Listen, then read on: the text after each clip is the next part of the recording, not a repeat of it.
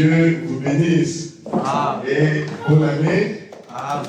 Que Dieu puisse vous accorder cette nouvelle année sa grâce, Amen. la bonne santé, beaucoup d'amour, beaucoup d'argent, Amen. le mariage. Que Dieu puisse vous accorder tout ce dont votre cœur désire. Amen. Et nous remercions beaucoup le Seigneur parce qu'il a déjà commencé à faire des grandes choses. Amen. J'ai une très bonne nouvelle à vous annoncer. Maman Clémentine a obtenu ses 10 ans. Amen. Acclamons pour le Seigneur.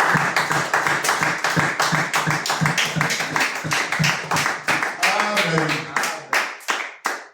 Le Seigneur a fait des grandes choses pour nous. Amen. Il n'a fait que combien de mois, maman? 4 mois. Au bout de 4 mois, maman a eu ses papiers. Amen. Waouh! Est-ce que ce n'est pas une victoire, ça? Amen. Merci à notre Dieu. Acclamons encore.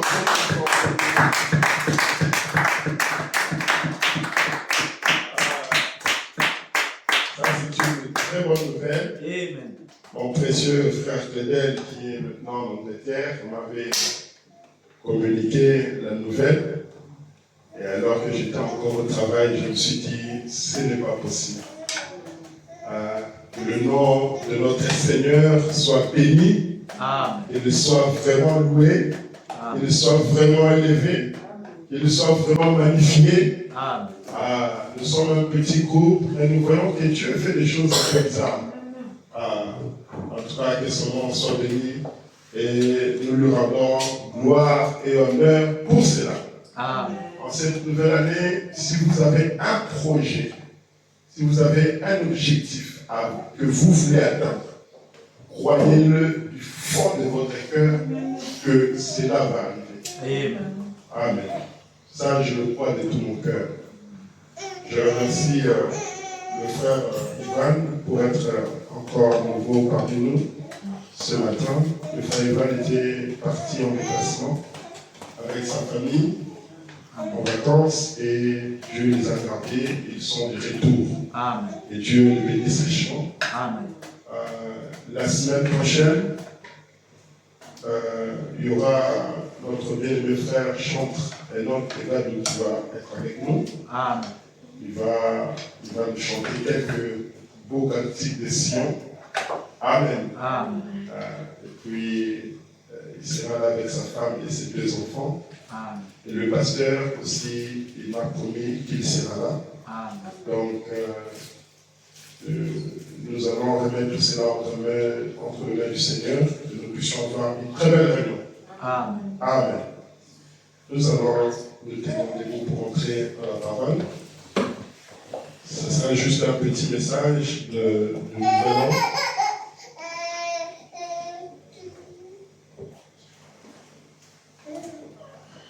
Nous allons lire dans 1 Jean chapitre 35, dans Jean chapitre 1, Jean chapitre 1, verset 35 à 39. Jean chapitre 1, verset 35 à 39, pardon. Jean 1,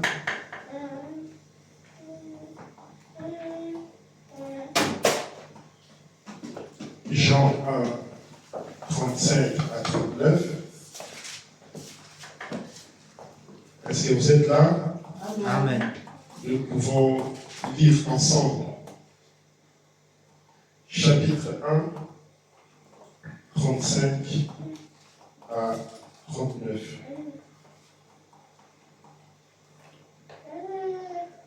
Allons-y. Le lendemain, Jean était encore là avec 2 de ses disciples et ayant regardé Jésus qui passait, et il dit, voilà l'agneau de Dieu. Les 2 disciples l'entendirent prononcer ces paroles et ils suivirent Jésus. Jésus se retournant et voyant qu'ils les suivaient, il leur dit, que cherchez-vous? Et ils lui répondirent, Rabbi, ce qui signifie maître, où demeures-tu? Venez, leur dit-il, et voyez. Ils allèrent et ils virent où il demeurait, et ils restèrent auprès de lui ces jours-là. C'était environ la 10e heure. Amen. Amen. Prions le Seigneur. Père céleste, notre Dieu, je me tiens devant les enfants de Dieu à qui tu les as rachetés par ton précieux sang, le sang de notre Seigneur et Sauveur Jésus-Christ. Aide-moi, Seigneur, notre Père, à parler des choses qui vont les édifier. Que Seigneur Dieu, tu m'arrêtes là où je serai tenté de dire quelque chose venant de ma propre pensée. Accorde-nous beaucoup d'humilité et d'amour afin que nous puissions saisir ta parole et surtout que nous puissions la mettre en pratique. Efface nos péchés, Seigneur, alors que nous sommes dans ta présence maintenant, Seigneur. Purifie nos pensées et accorde-nous la grâce. Au nom de Jésus-Christ. Amen. Je voulais parler d'un petit message que j'aurais intitulé « Conduis-moi vers ta demeure ». Amen. Conduis-moi vers ta demeure. Comme je l'ai dit le dimanche prochain, le vouloir, le pasteur sera avec nous. C'est lui qui va apporter la parole. Il y a aussi le pasteur Moïse qui vous a salué. Le pasteur Moïse nous a prêché une fois ici et il m'a promis qu'il reviendra au mois de mars. Là, il va rentrer au pays et il reviendra au mois de mars pour partager un petit moment avec nous. Amen. J'étais en train de méditer, de penser qu'est-ce que j'allais dire en ce début d'année. Et en lisant cette écriture, j'ai vu que Jean-Baptiste, c'était celui que la parole nous a dit qu'il devait précéder la venue de Jésus. Il devait introduire Jésus sur la scène. Et comme vous le savez, Jean-Baptiste était en train de baptiser, pendant que les pharisiens et les habitants du Jourdain, qui habitaient près du Jourdain, venaient pour se faire baptiser. Et Jean a vu les pharisiens qui venaient, il leur a dit, mais qui c'est qui vous a appris à fuir la colère de Dieu? Et je ne veux pas parler de ça, parce que j'ai déjà parlé de ça le dernier dimanche où nous avons été ici. Mais j'aimerais plus parler sur mon petit sujet ce matin. Et donc la Bible nous dit que le lendemain, Jean était encore là avec 2 de ses disciples. Et ayant regardé Jésus qui passait, après l'avoir baptisé, Jean va être là avec les 2 disciples de Jésus-Christ. Et il va voir Jésus en train de passer. Il va aller dire à ses disciples,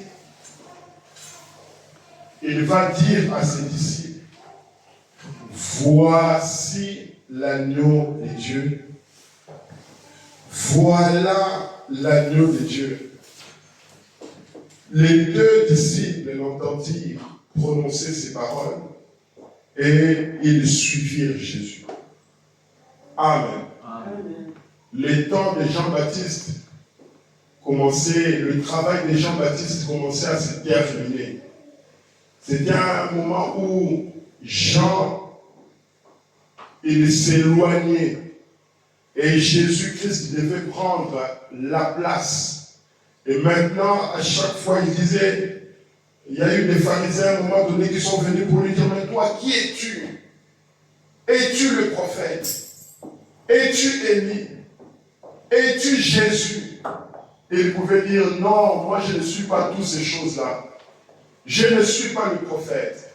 Je ne suis pas Élie. Je ne suis pas Jésus. Mais Jésus, c'est la voix de celui qui crie dans les déserts. Pour faire quoi? Pour introduire le Messie. Son travail, c'était voici l'agneau de Dieu. Voici l'agneau de Dieu. C'était ça son travail, introduire le Messie sur la scène. Et Frère nous dit que lorsque Jean a vu Jésus, il ne savait pas que c'était Jésus. Il était comme un tout homme. Jésus était comme tout homme qui marchait. Mais il était inspiré divinement par le Saint-Esprit. Il pouvait dire, c'est lui qui va baptiser du feu et du Saint-Esprit. Il est juste au milieu de vous. Mais vous ne le connaissez pas. Alors quand Jésus va s'approcher, Dieu va le révéler que c'est lui. Il va aller le baptiser. D'abord, il va dire, moi je ne suis pas digne de délier tes souliers. Je ne suis pas digne, toi tu ne peux pas venir te faire baptiser par moi. Normalement, c'est moi qui devrais être baptisé par toi. Jésus lui a dit, laissons faire. Car il est convenable que nous puissions accomplir toute justice. Amen. Amen. Et Jean-Baptiste va baptiser Jésus-Christ. Et après cela, l'Esprit du Père qui va descendre des cieux, sous la forme d'une colombe. Personne ne peut voir Dieu. Mais Dieu arrive à prendre des formes. Les gens ont vu, je ne sais pas, ce n'était pas tout le monde qui avait vu cela. Jean-Baptiste a vu cette colombe qui est descendue sur Jésus. Et la voix, le cieux, s'est ouvert. La voix a crié, c'est lui-ci est mon fils bien-aimé, en qui j'ai mis toute mon affection. Amen. Amen. Amen. En qui j'ai mis toute mon affection. Et Jean maintenant ici avec ses disciples, il va voir Jésus en train de passer. Il dit, voilà l'agneau de Dieu. Les deux disciples l'entendirent prononcer ces paroles. On a pointé Christ. On t'a pointé la parole. On t'a pointé le message. Voilà l'agneau de Dieu. Et les deux disciples l'entendirent prononcer ces paroles. Et ils suivirent Jésus. Jésus marchait. Il voit deux personnes en train de le suivre. Oh, il va maintenant leur poser la question. Jésus se retourna et voyant qu'ils les suivaient, il leur dit, que cherchez-vous? Bozo Lukanin, pourquoi êtes-vous en train de me suivre? Que cherchez-vous? Et il lui dit, Rabbi, ce qui signifie maître, où demeures-tu? Je veux voir, nous voulons voir là où tu habites. Où demeures-tu? Et Dieu, Jésus-Christ ne leur a pas dit, non, ne me suivez pas. Restez là-bas. Non. La Bible dit, Jésus va leur dire, venez. Il ne rejette pas celui qui veut le suivre. Il n'abandonne pas celui qui prend la décision de le suivre. Et maintenant, Jésus va prendre les deux disciples. La Bible dit, venez, leur dit-il, et voyez. Et ils allèrent et ils virent où il demeurait. Et ils restèrent auprès de lui ces jours-là. Amen. Amen. Ils ont trouvé la parole. Ils ont trouvé Christ. Dieu, le Seigneur Jésus-Christ, les a conduits vers sa demeure. Et ils restèrent là. Que ce même Dieu puisse nous conduire en cette nouvelle année. Amen. Que ce même Dieu puisse nous montrer où nous devons demeurer. Là où il habite. Où est-ce qu'il habite? Nous devons trouver où est-ce qu'il habite. Venez, leur dit-il, et voyez. qu'il ne nous abandonne pas en cours de route, qu'il ne nous laisse pas au milieu de nulle part, mais qu'il nous conduise vers sa demeure. Amen. Et ils virent où ils demeuraient, et ils restèrent auprès de lui. Lorsque vous voyez là où Jésus demeure, mais ne le quittez pas. Demeurez là aussi. Restez avec lui. Que nous puissions rester avec lui en cette nouvelle année. Que 2025 puisse être une année où nous allons abandonner nos cœurs, abandonner nos âmes, s'abandonner entièrement à Jésus-Christ, afin qu'il nous conduise vers sa demeure. Amen. Amen. Le prophète est en train de parler dans un message, dans Abraham restauré, au paragraphe 5. Là, il est en train de nous raconter une histoire. Il dit, il y a environ 1 an, j'ai tondé la pelouse dans ma cour. Et j'essayais parfois, je dois enfiler ma salopette et faire quelques tours en tondant, alors quelqu'un arrive. Deux fois, le prophète était en train de tondre sa pelouse, et pendant qu'il était en salopette, et les gens arrivaient. Et là, il dit, alors quelqu'un arrive. Il dit, et il vous faut aller prier pour lui. Je sors de la porte de derrière, je m'échange et je reviens. Et j'étais à court d'essence. Et alors je me suis avancé sous la véranda. J'ai vu un vieux camion délabré s'arrêter devant la maison. Et il a dit, je cherche frère Branham. Pendant que le prophète était en salopette, il était en train de tendre la pelouse derrière, et il n'y avait plus de carburant. Et il voit une camionnette qui apparaît, qui s'arrête. Et il y a un monsieur qui descend, qui dit, je cherche frère Branham. Il dit, j'ai dit, c'est moi frère Branham. Alors le monsieur, il va regarder le prophète en salopette, et il va dire, il a regardé cette salopette et tout, il a dit, oui monsieur. Il voit le prophète en salopette, il dit, je cherche frère Branham. Branham dit, je suis frère Branham. Mais il voit un homme en salopette, il dit, ah oui monsieur, donc pour dire que je ne te crois pas. Frère Branham dit, j'ai dit, c'est vrai. Et alors il a dit, eh bien, frère Branham, je tenais vraiment à vous voir. Un moment, je pense que vous êtes occupé. C'est comme hier, j'étais avec ma femme. Nous sommes allés faire une livraison. Et j'étais dans le véhicule, là, dans mon véhicule, là. Et nous sommes allés à l'hôpital, là où se trouvait la personne. On arrive, on s'arrête, on voit la dame qui était dehors. Et elle se lève et me dit, bon, j'attendais quelqu'un, mais je pense que ce n'est pas vous. Alors je lui dis, Mélodie? Elle dit, ah oui, c'est moi. Mais j'ai dit, oui, c'est moi qui suis venu vous faire la livraison. Et elle regarde le véhicule et dit, bon, mais je ne pouvais pas m'attendre à une personne avec une grande voiture comme ça. Vous regardez à l'apparence. Vous voyez l'apparence, vous dites, oh non, ça ne peut pas être ça. Oui, ça, c'est ça. Il ne faut pas regarder à l'apparence. Et donc, le monsieur, il regarde le prophète en salopette, il dit, non, ce n'est pas vous. On lui dit, c'est vrai. Alors il dit, eh bien, frère madame, je tenais vraiment à vous voir. Un moment, je pense que vous êtes occupé. J'ai dit, je ne serai jamais trop occupé pour parler du Seigneur. Je ne serai jamais trop occupé pour parler du Seigneur. Amen. Je ne serai jamais trop occupé pour aller dans la maison du Seigneur et écouter sa parole. Je ne serai jamais trop occupé pour suivre Jésus jusque dans sa demeure et rester avec lui. Amen. Amen. Amen. Le prophète dit, et il a dit, eh bien, j'ai dit, ne voudriez-vous pas entrer? Vous ne voulez pas entrer à la maison?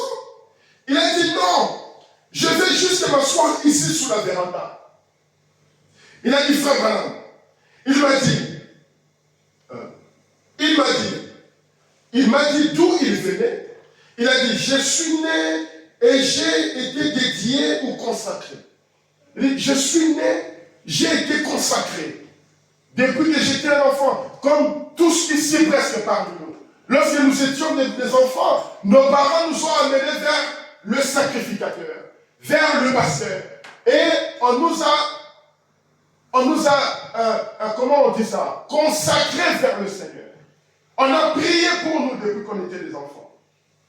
Alors lui, il dit, je suis né et j'étais dédié ou consacré. Je ne sais pas comment on appelle cela. Comme le luthérien.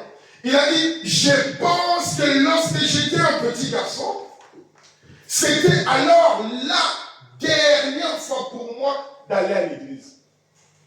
Quand j'étais un petit garçon, c'était alors la dernière fois pour moi d'aller à l'église. À ma connaissance, à moins que ma mère m'y ait amené une fois sans que je le sache. Je suis né, j'ai été consacré. Mais la dernière fois où je suis allé à l'église, je pense que ça date de très longtemps. Depuis que j'étais un enfant. Il a dit, je suis marié, un très bon homme d'affaires. Je suis marié, je suis un très bon homme d'affaires. Il a dit, j'avais beaucoup de biens, beaucoup de biens. J'avais une bonne affaire de véhicule. J'étais un homme riche, un véritable homme d'affaires. J'avais une bonne affaire de vente de véhicules. Et je faisais beaucoup d'argent. Il a dit, un jour, ma femme est allée chez les pentecôtistes. Un jour, ma femme s'élève et elle va chez les pentecôtistes. Je veux le dire tel qu'il l'avait dit. Paul dit, je veux le dire tel qu'il l'avait dit. Il a dit, elle est allée là chez les pentecôtistes et elle a eu des esprits. Amen. Ma femme est allée chez les pentecôtistes, elle a attrapé des esprits là-bas. Vous vous souvenez, on a parlé de Zachée ici. Zachée qui était dans le club de Sanhédrin. Et lorsque sa femme a rencontré Jésus-Christ, elle a commencé, elle est devenue disciple de Christ. Elle aimait Christ, elle croyait en Christ.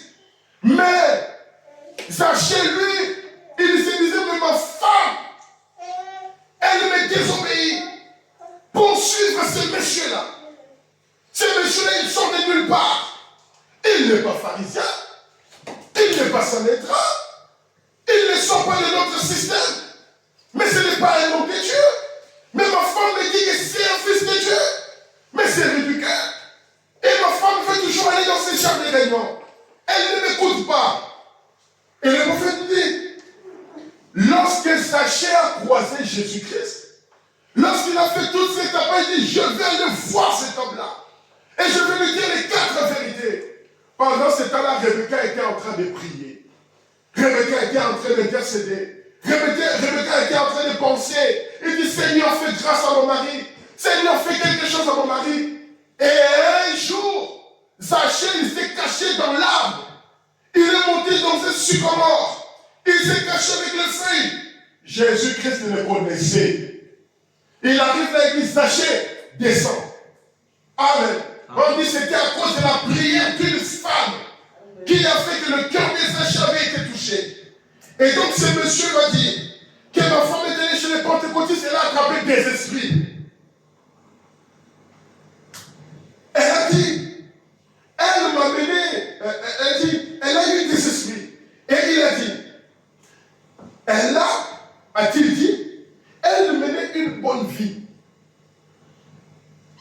Elle menait une bonne vie. Et il a dit, elle est venue me voir et a cherché à m'amener à voir ses esprits.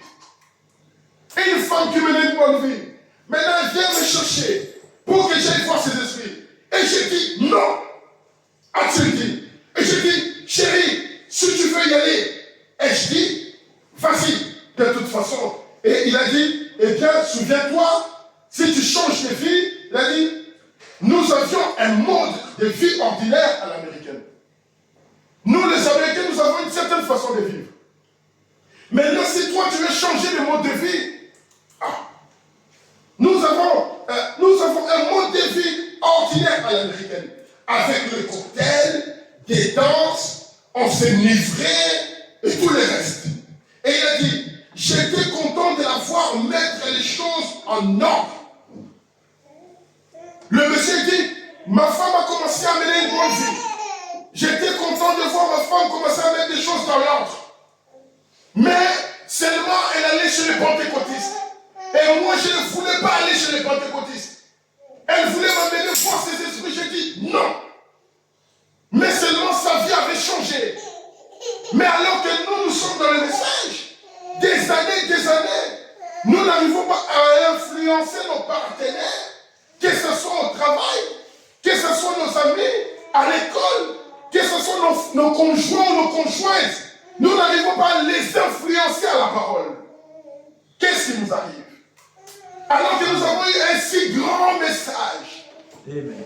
Les pentecôtistes, dès que cette femme a reçu le message pentecôtiste, elle a changé de vie.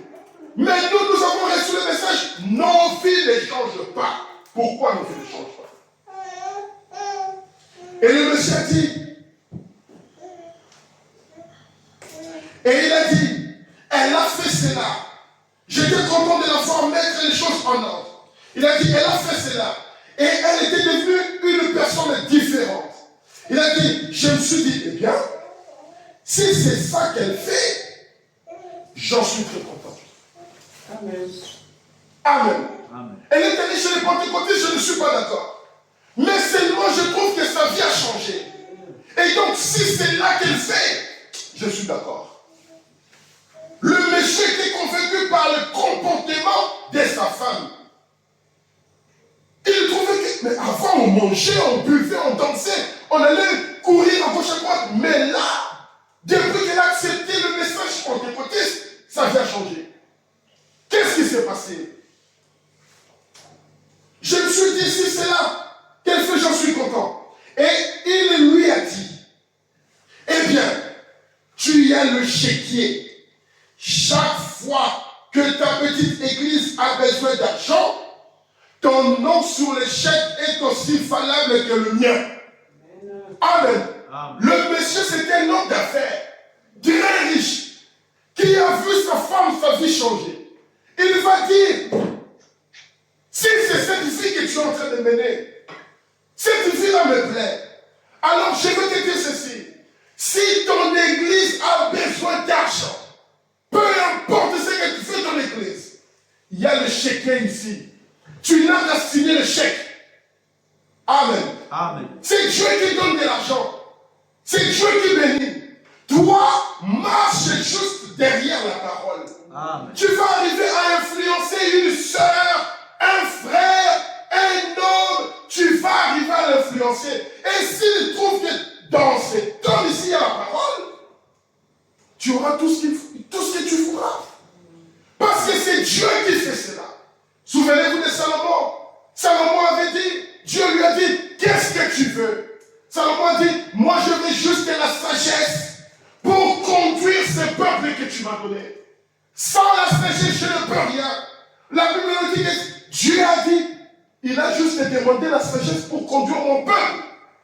Puisque son objectif, puisque le but de son cœur n'est que de conduire ce peuple vers moi, alors moi je vais faire quoi?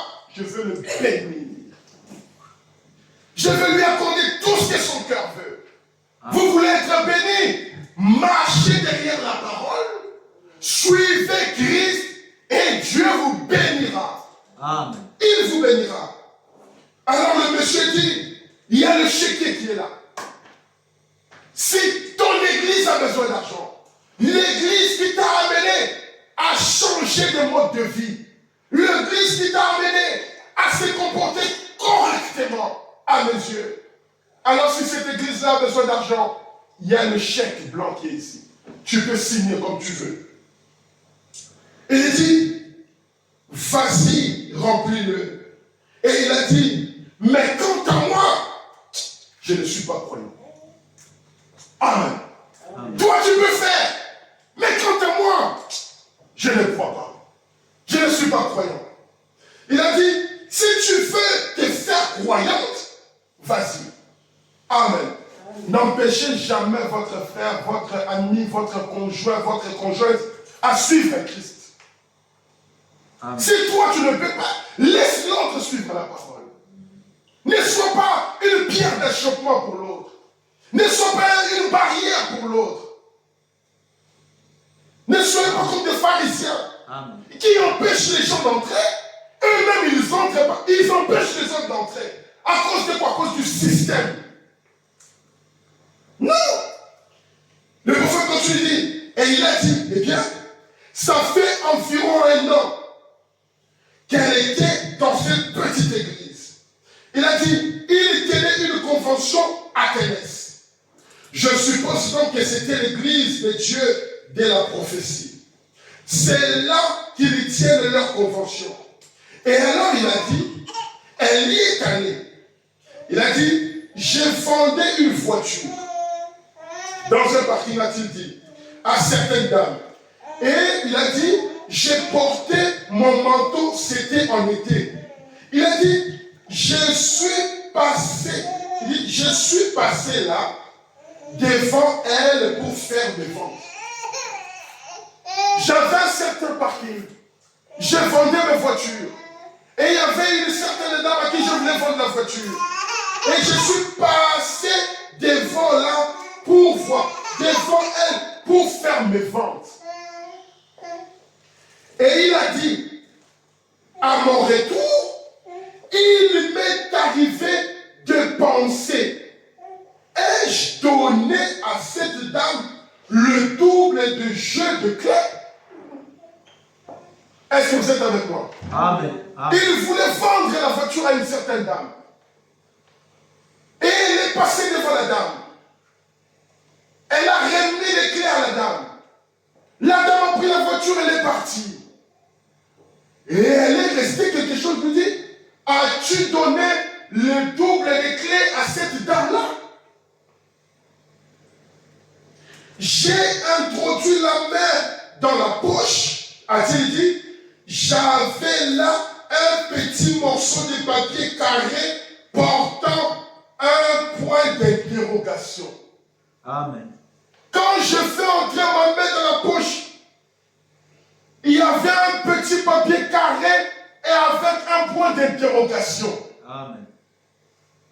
Et au verso, il était écrit, où passerez-vous l'éternité? Amen. Amen. Amen. J'ai vendu ma voiture tranquillement.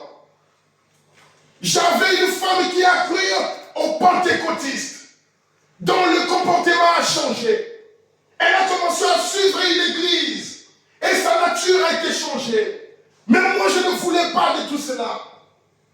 En vendant ma voiture, quelque chose d'étrange s'est produit. Un petit bout de papier carré avec un point d'interrogation. D'où passeras-tu l'éternité? Amen.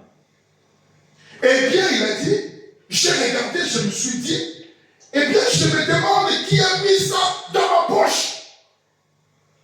Papier là, c'est sorti d'où? C'est apparu comment? Qui c'est qui a mis ça dans ma poche? Et je l'ai simplement jeté dans une poubelle. Il a dit, quelque chose m'a dit, mais cela doit être réglé. Quelque chose m'a dit, la question que tu as vue sur ce petit bout de papier-là doit être réglée. Où passeras-tu l'éternité? Amen. Il a dit, j'ai tendu la main, je l'ai ramassé, et il a dit, je me suis mis à trembler, et je me suis dit, c'est vrai. Amen. Amen. Un petit message sur un petit bout de papier l'a fait trembler.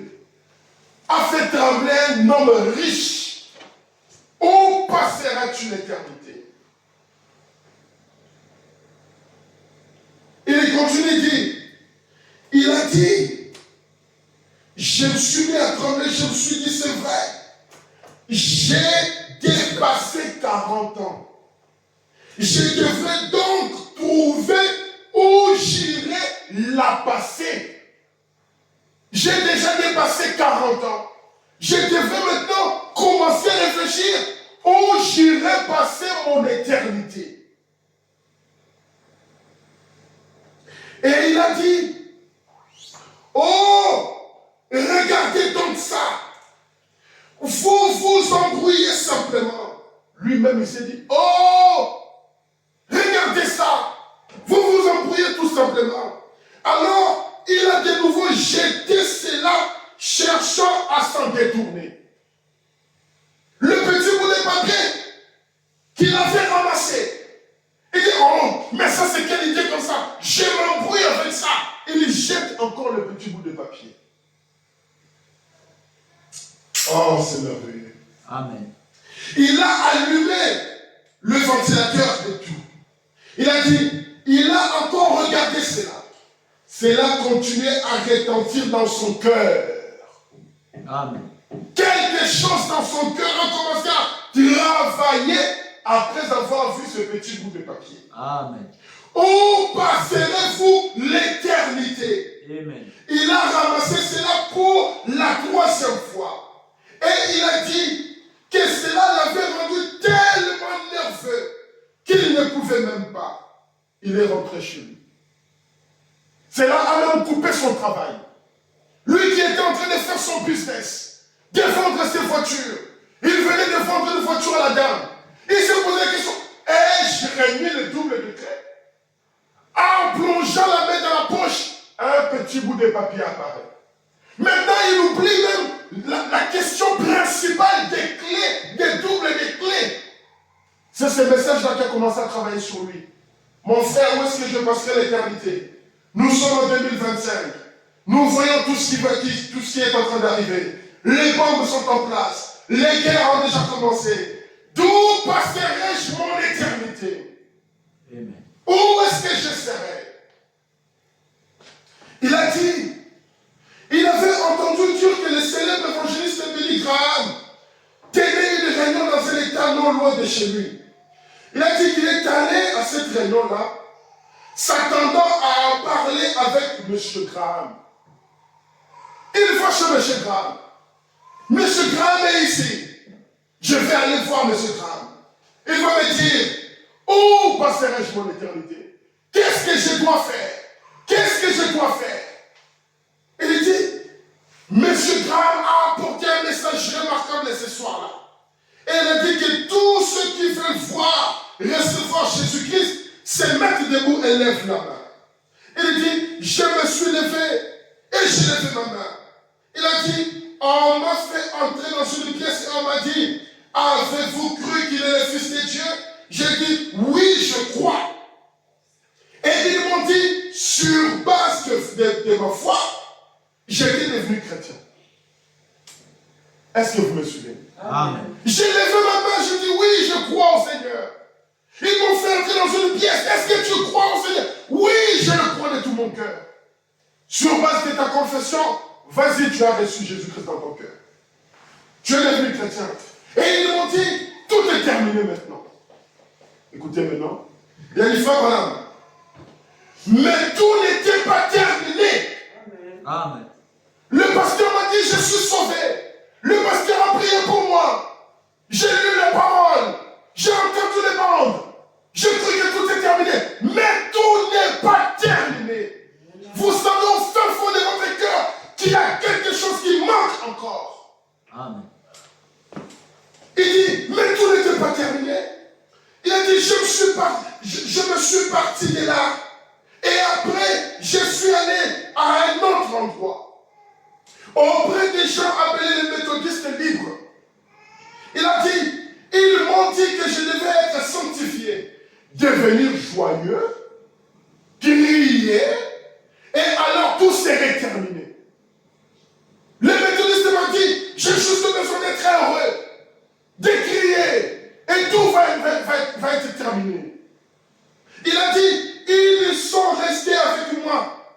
Il a dit, je suis devenu joyeux, sanctifié, j'ai crié, mais il a dit, ils m'ont dit, tout est fini. Comme tu t'es réjoui, comme tu as dit Alléluia, comme tu as dit gloire au Seigneur, comme tu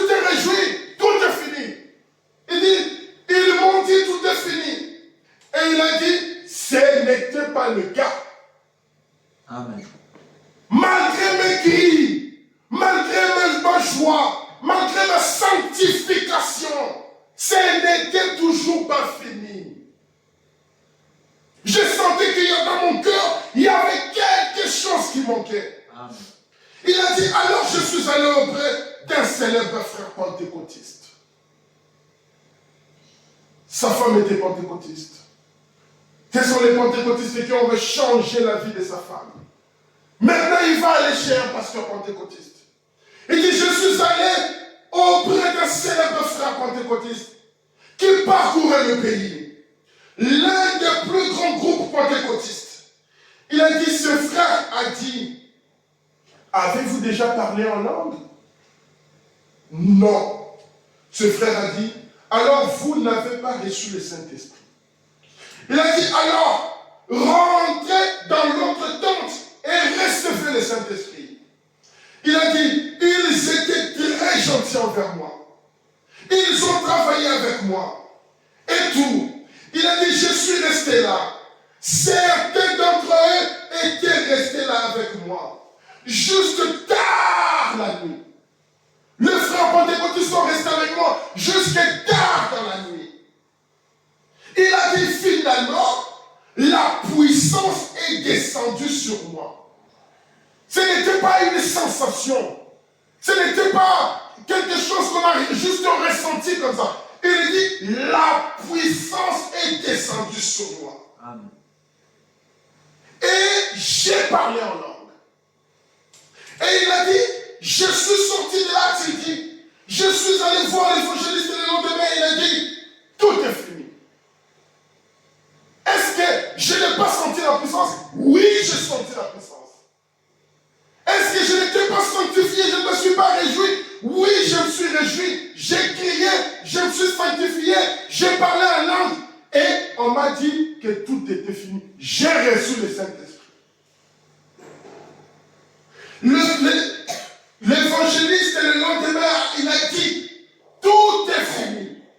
Il a dit, frère Branham, tout n'était pas fini. Amen. Malgré tout ce que je fais, tout n'était pas fini. Et il a dit, alors je suis allé là. De là, a-t-il dit, je suis allé à la voie de la guérison.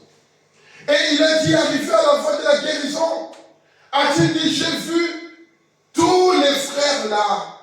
Et ils m'ont dit que j'avais franchi la ligne de démarcation. Je suis allé chez les gens de la guérison.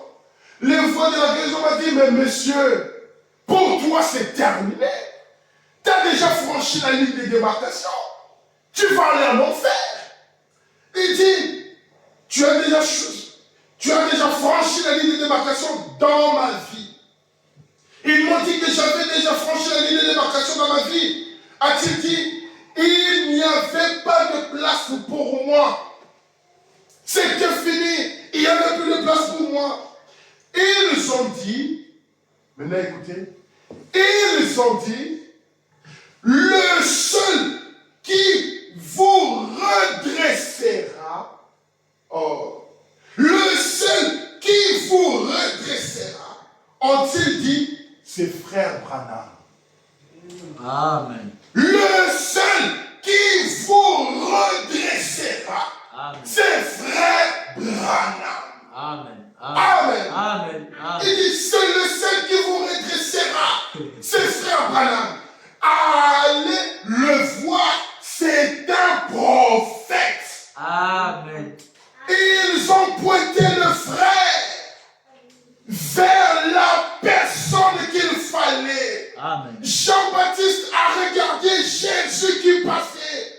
Il dit à ses disciples, voici l'agneau de Dieu.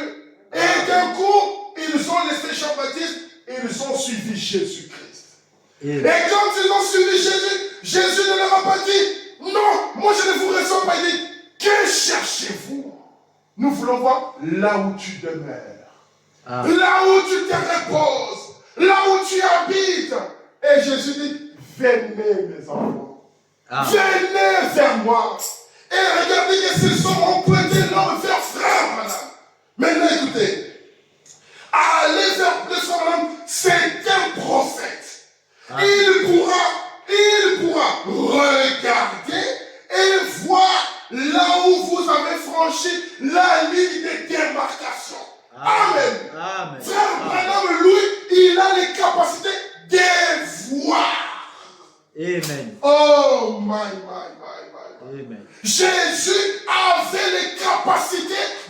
voir.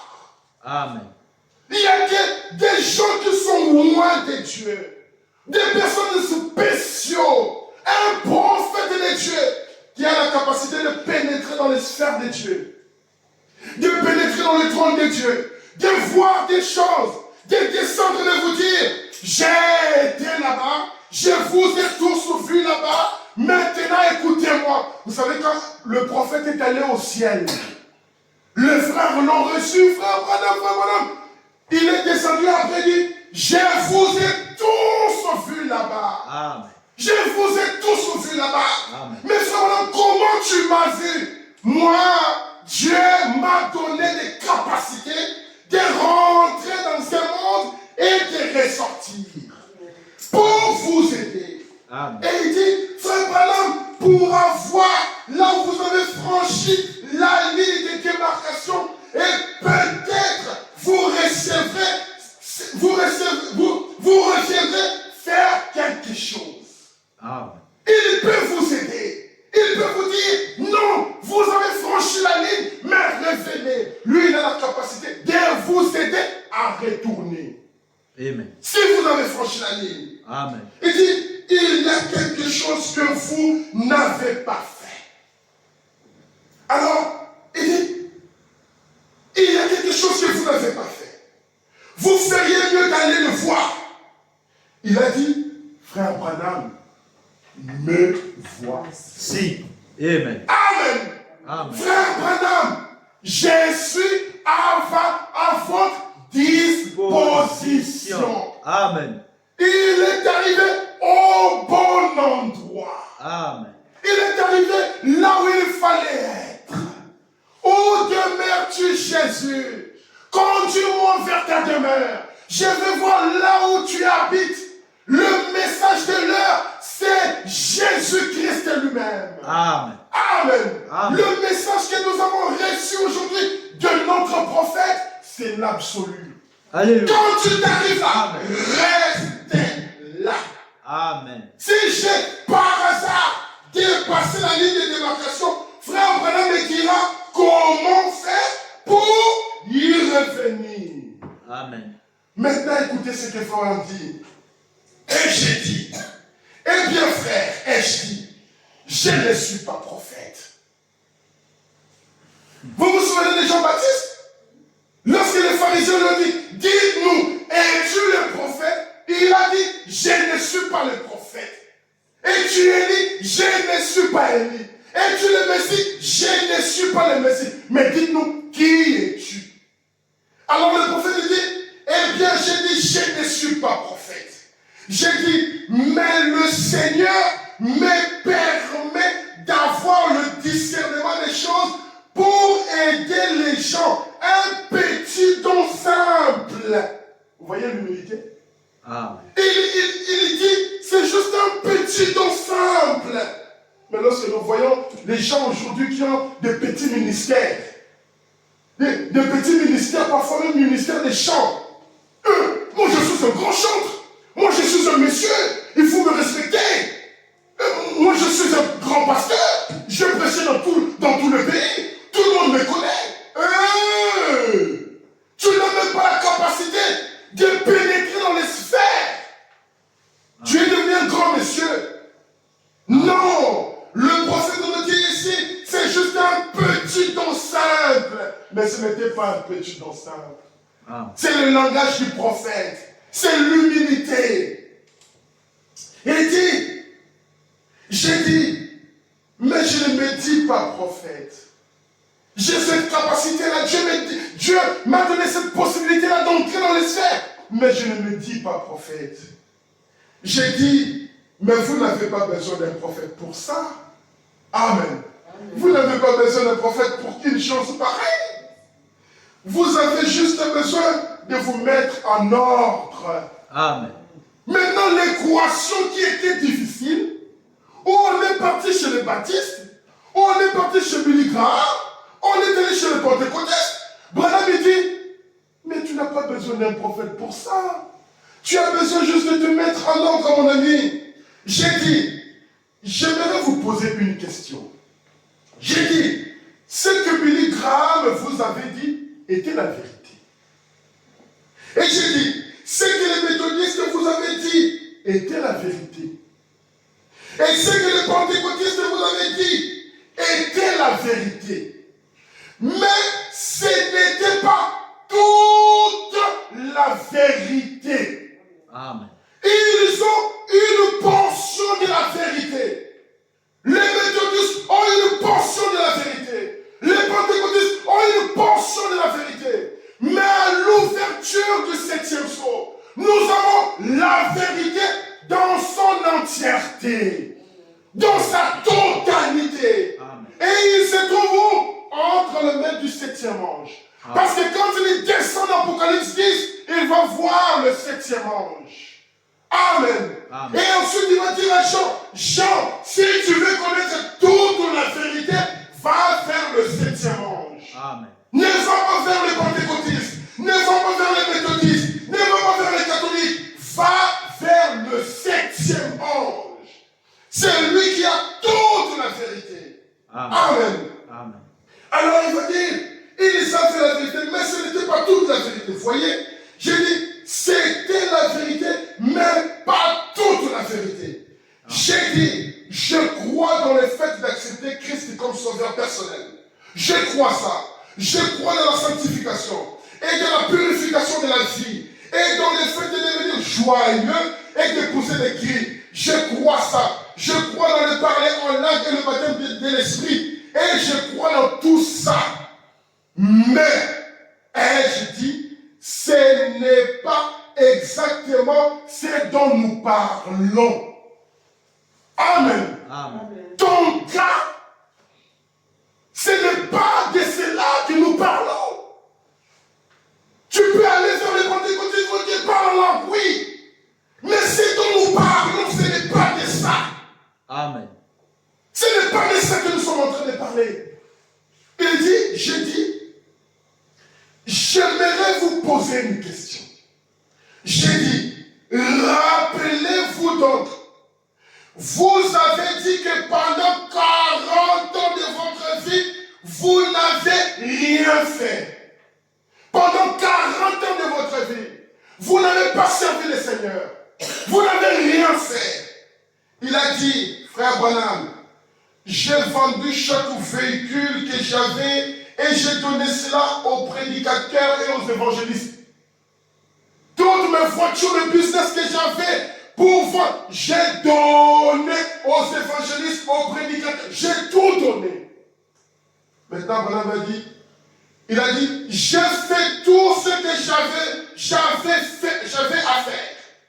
J'ai arrangé ce que j'avais fait dans ma vie. J'ai dit, ce n'était pas nécessaire. Ce n'était pas nécessaire. Vous n'aviez pas à faire cela. Amen. Vous avez vendu vos véhicules, vous avez donné aux prédicateurs. Ce n'est pas ce qui est important. Ce n'était pas nécessaire. Regardez, voyez, j'ai dit, Dieu ne vous a jamais exigé de faire cela. Amen. Dans un homme de Dieu, donne-moi une voiture et Dieu va devenir Moïbi. Amen. Non, Dieu n'a pas dit que vous puissiez me donner la voiture. À moins que Dieu se révèle à vous personnellement. Mais un homme de Dieu qui vous a dit, donnez-moi une voiture, donnez-moi, Dieu va vous bénir. L'okuta, voleur. Amen. Oui, vous le dites, Dieu ne vous a jamais exigé de faire cela. Jamais. J'ai dit, vous ne pouvez pas payer le prix pour entrer. Ne venez pas me donner votre grosse dîme, croyant que, hey, en payant ma dîme, je vais entrer au ciel. Non! Le ciel ne s'achète pas par la dîme et les offrandes. Le ciel ne s'achète pas par des maisons ou par des voitures. Maintenant, le prophète va dire, il a dit, eh bien, que dois-je faire? Maintenant que je fais tout, maintenant, frère, que dois-je faire? Frère dit, j'ai dit, rien. Amen. Amen. Frère dit, rien. Il n'y a rien que vous puissiez faire. Amen. J'ai dit, vous m'avez dit que pendant les premiers 40 ans de votre vie, vous ne vous occupiez pas de Dieu. Pendant 40 ans de votre vie, vous n'avez rien fait pour Dieu. Il ne vous intéressait pas. Quand votre femme a commencé à s'ouvrir les portes d'écoutisme et qu'elle vous a dit, venez avec moi, vous avez dit non. Mais vous avez ramassé un petit morceau de papier où il était écrit « Où passerez-vous l'éternité ?» Écoutez maintenant, et quelque chose vous a dit. Cette question doit être réglée. Quelque chose vous a dit. Amen. Cette question doit être réglée. Vous ne pouviez pas y échapper. Amen. Amen. Quelque chose vous a dit. Cette question sur ce bout de papier doit être réglée. Et le prophète dit, vous ne pouviez pas y échapper. Amen. Eh bien, vous descendiez la route dans cette direction-ci. Vous avez l'habitude d'aller dans ce sens-ci. Et tout d'un coup, vous avez fait demi-tour vers cette autre direction. Vous ne vous occupiez pas de Dieu, vous avez commencé à le chercher. Amen. Vous ne vous occupez pas de Dieu pendant 40 ans. D'un coup, vous avez commencé à le chercher. J'ai dit, là où vous avez fait demi-tour, c'est exactement que vous avez changé la même. Amen. Quand vous avez fait demi-tour, c'est là même où vous avez été changé. Vous n'avez pas besoin de donner vos véhicules. Vous n'avez pas besoin d'aller voir les pentecôtistes, d'aller crier. Non. La chose même qui vous a dit dans votre cœur. Où passerez-vous l'éternité? Vous voulez vous y échapper. Mais ça continue de plus belle. Ça insiste de plus belle. Maintenant, vous avez commencé à les chercher. Depuis ces jours-là, vous y êtes. Amen. Il a dit, donc j'avais cela tout le temps. J'ai dit, certainement. Amen. Amen. Amen. Acclamons pour notre Seigneur. Oh, c'est merveilleux. Mais ne cherchons pas par des démonstrations, je ne sais pas quoi. La chose qui est à l'intérieur de vous, cette petite pensée à l'intérieur de vous, qui vous amène à venir à l'église, qui vous pousse à écouter la parole, qui vous pousse à penser à Dieu, à prier, à l'aimer. C'est ça ce que vous avez besoin. Amen. C'est ça le Dieu que vous avez besoin. Amen. Et demeurez là. Amen. Amen. Amen. C'est lui. C'est comme un petit bébé. Lorsque la petite fille était encore dans le sein de sa mère, c'était juste une petite cellule, une petite sémence. Mais c'était déjà un enfant. Amen. Elle commençait déjà à causer des malaises à sa maman.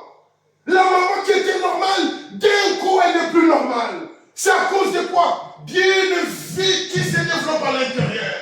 Amen. Même si elle est minuscule, mais c'est une vie. Amen. Amen. Même si elle est petite, c'est une vie.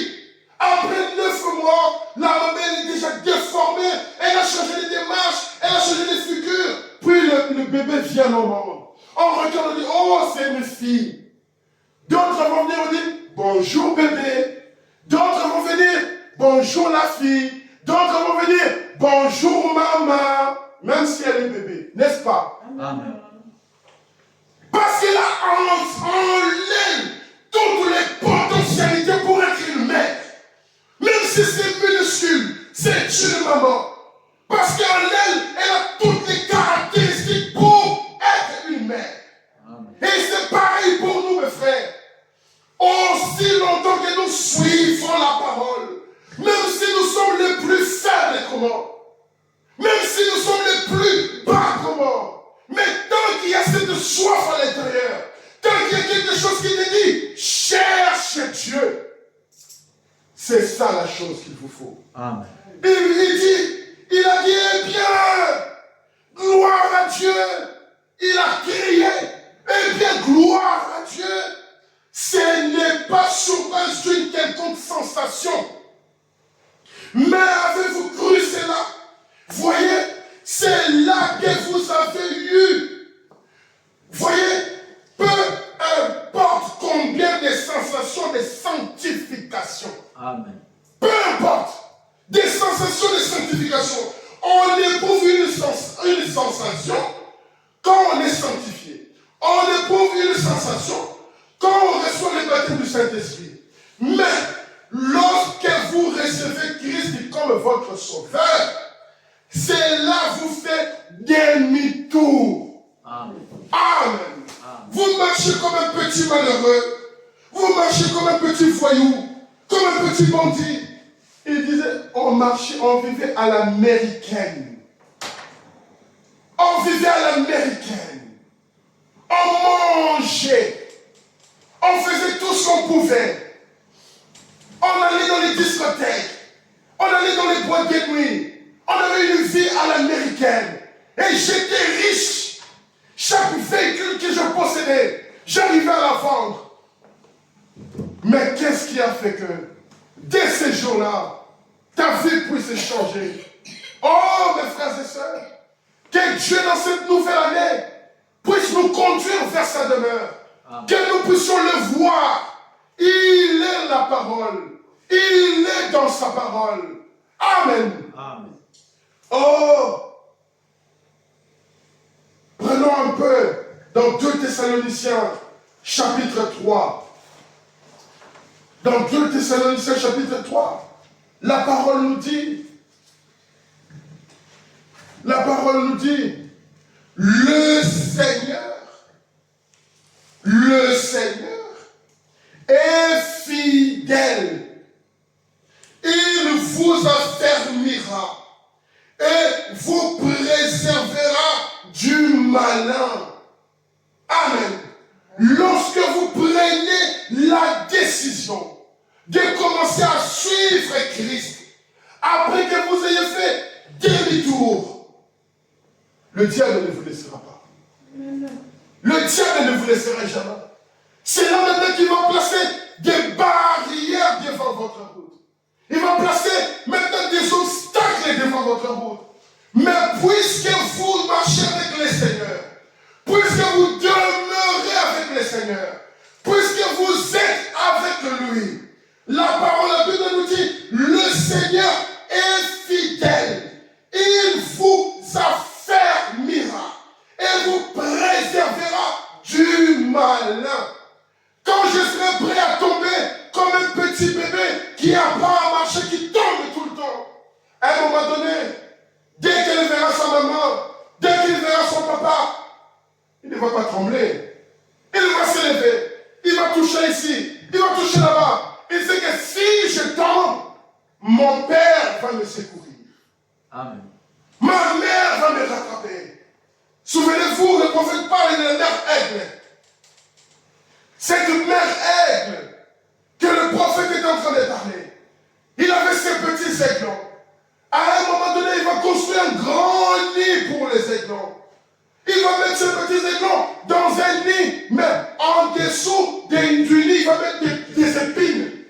Les aiglons, ils vont être tout contents, tout joyeux, dans un grand nid, avec leur maman qui les nourrit, de bouche en bouche. Mais à un moment donné, à un certain âge, avec leur poids, ils vont commencer à atteindre les épines. Dès qu'ils bougent comme ça, l'épine qui bouge, qui pique. Ils bougent comme ça, l'épine qui pique. Ils vont dire, mais maman, ça pique. C'est le temps de commencer à quitter le nid. C'est le temps de commencer à monter, à s'envoler. Et le prophète nous dit que la mère, elle va prendre ses petits. Il va les prendre sous ses ailes. Il va les amener très haut. Après, il va battre les ailes. Les petits aiglons vont commencer à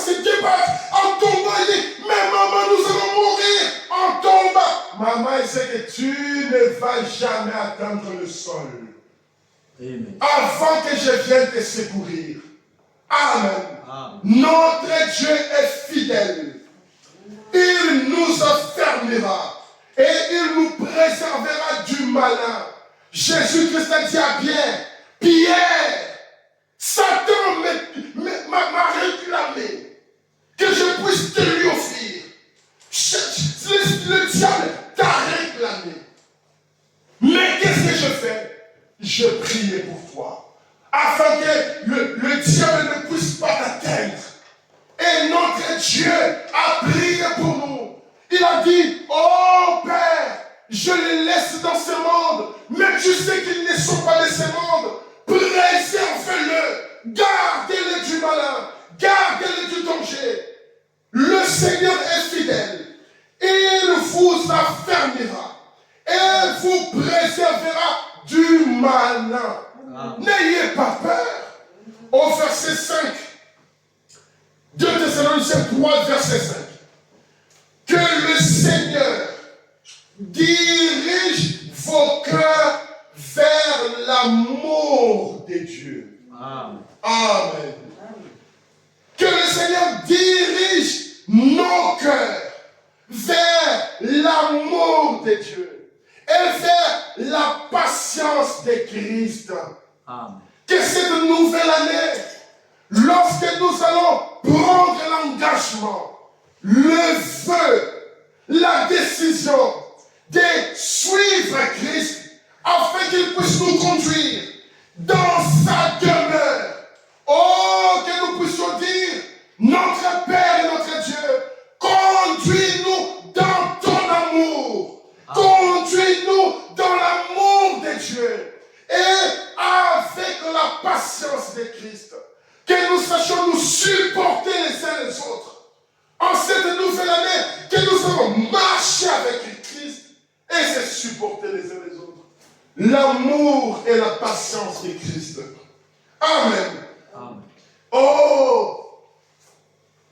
Jésus-Christ avait dit à ses disciples, à 2 disciples, si vous regardez dans Matthieu chapitre 4, Jésus-Christ, conduis-moi dans ton amour, conduis-moi dans ta demeure, que je puisse y demeurer là. Où irai-je? Où puis-je encore y aller? Matthieu 4, verset 19. D'abord, verset 18. Quand il marchait le long de la mer de Galilée, il marchait le long de la mer de Galilée. Alors, il vit 2 frères, Simon appelé Pierre et André son frère, qui jetaient un filet dans la mer, car ils étaient pêcheurs. Il leur dit, suivez-moi. Suivez-moi et je vous ferai pêcheurs d'hommes. Amen. Amen. Amen. Suivez-moi et je vous ferai des pêcheurs d'hommes. Vous ne resterez plus des pêcheurs de poissons. Maintenant, vous allez pêcher des êtres humains. N'est-ce pas là une grande commission? N'est-ce pas là une mission plus élevée? Au lieu de manger des poissons, juste les manger. Maintenant, allons pêcher les hommes. Et quand vous prenez l'engagement de suivre Christ, si vous prenez la décision de voir où demeure Christ pour rester avec lui, il vous donnera un travail. Amen. Il vous donnera une mission. Et il vous bénira dans votre travail. Amen. Amen. Il vous bénira dans votre travail. Oh! Maintenant écoutez. Le prophète parle dans le message. L'église de Laodicée. Oh, ça c'est merveilleux. Amen. Dans le message de l'église de Laodicée. Je vais terminer bientôt. Il est 14h, le temps file tellement. Et là, le prophète est en train de parler. Au paragraphe 18, il est en train de dire, il explique un peu que si vous avez la visitation d'un grand monsieur, par exemple du président de la République, par exemple d'un grand roi, vous serez tellement honorés. N'est-ce pas? Si aujourd'hui, on nous apprend qu'Emmanuel Macron va nous visiter ici à Cherbourg, dans cette petite église, je pense qu'on va trembler. Le président, il va venir. Mais qu'est-ce qu'on va faire? Qu'est-ce qu'on va lui offrir? Qu'est-ce qu'on va dire? N'est-ce pas? Parce que c'est une autorité. Et le prophète est en train de dire. Et puis si vous remarquez bien, un homme frappe à la porte pour chercher à avoir l'accès. Et certainement, nul homme ne frapperait à la porte d'un autre, à moins qu'il ait quelque chose d'important ou quelque chose qu'il a jugé important pour en parler avec lui. Si je veux quitter ma maison là-bas à Vange pour aller chez mon frère Ivan, je dois avoir quelque chose d'important pour dépenser autant de carburant, autant d'énergie, autant de temps pour aller les rendre visite. Amen. Il faut que ce soit quelque chose d'important. Amen. Et c'est ce que le prophète nous dit. Il faut que ce soit quelque chose d'important pour en parler avec lui. Et au fil des âges, des grands hommes ont frappé à des portes. Par exemple, il dit, au fil des ans, il y a des grands hommes qui ont frappé à des portes. Et frère, on va dire au paragraphe 19. Au paragraphe 18, un peu plus bas. Il dit, ou bien, pardon, paragraphe 19, il dit, ou bien, je pourrais dire ceci. Qu'arriverait-il si notre grand président, Dwight Eisenhower, venait ce soir à Dallas et qu'il venait chez le plus grand démocrate de Dallas? Ce serait un honneur pour vous. Certainement, vous pourriez ne pas être d'accord avec lui sur la politique. Néanmoins, Dwight Eisenhower est le président des États-Unis. C'est un grand homme. Ce qui compte, c'est l'importance de la personne qui frappe à la porte. Amen. Amen. Le plus important, c'est la valeur de la personne qui frappe à la porte. Je crois que si un jour, nous sommes chez nous à la maison, imaginons par exemple que nous sommes ici, chez nous, et on apprend que le président Tshisekedi est arrivé en France. Et le président Tshisekedi, il va dans la maison de Maman Ruth. Et il va frapper à la maison. C'est le président de la République. On va tous dire, Fachi. N'est-ce pas? Amen. Qui est le grand chef de l'État, puisqu'il est tiré loin là-bas et qu'il vient me visiter. Regardons même quand le président va visiter, va visiter des malades dans les hôpitaux. Laisse, méthode. Et regardez un peu quand le président va visiter les malades dans les hôpitaux. Vous allez voir un enfant ou un soldat, par exemple, qui a reçu des balles. Mais dans sa douleur, il voit le président de la République. Il va dire, oh, président, vraiment merci de m'avoir rendu visite. Merci. Et il sait que la venue du président va apporter quelque chose de physique. Il sait que l'argent va. Le président il va peut-être dire, bon, pour tous les malades qui sont ici, ne les embêtez pas, je les prends en charge. N'est-ce pas? Exactement. Le président peut dire ça. C'est une grande personne. Et le prophète continue dit, et maintenant, s'il venait frapper à votre porte et que vous étiez en désaccord avec lui, vous ne diriez pas, eh bien, une minute, monsieur Eisenhower, éloignez-vous de ma porte. Je suis un démocrate. Pas du tout. Vous ne diriez pas ça. Vous l'inviteriez à entrer. Malgré qu'il ne soit pas d'accord avec vous. Malgré qu'au niveau politique, ça ne marche pas. Moi, je suis démocrate. Lui, c'est un républicain. Il n'y a rien de commun. Mais quand je le vois venir, je ne dis pas que non, je ne te reçois pas. Ça, je ne peux pas dire ça. Vous lui direz, rentrez. Et qu'arriverait-il le lendemain? Oh, Dwight Eisenhower s'est montré humble. Je crois que c'était grand président. Et s'il s'humiliait en venant à votre porte, vous, juste un homme ordinaire, eh bien, la télévision diffuserait cela. Le fait que le président de la République vienne chez vous, la télévision va publier cela. Amen. Et devenir une star, une personne connue dans le monde entier, parce que le président de la République vous a visité. Amen. Amen. Ou bien, qu'arriverait-il si la reine qui a effectué une visite ici, elle est allée au Canada, la reine d'Angleterre, puis elle est venue aux États-Unis. Qu'en serait-il? Elle était venue à l'une de vos portes. Vous femmes qui êtes ici, peut-être que vous l'auriez regardé et vous auriez dit, je ne comprends pas qui êtes-vous. Je ne comprends pas qui vous êtes. Elle aurait dit, je suis la reine d'Angleterre. Amen. Amen. Je suis la reine d'Angleterre.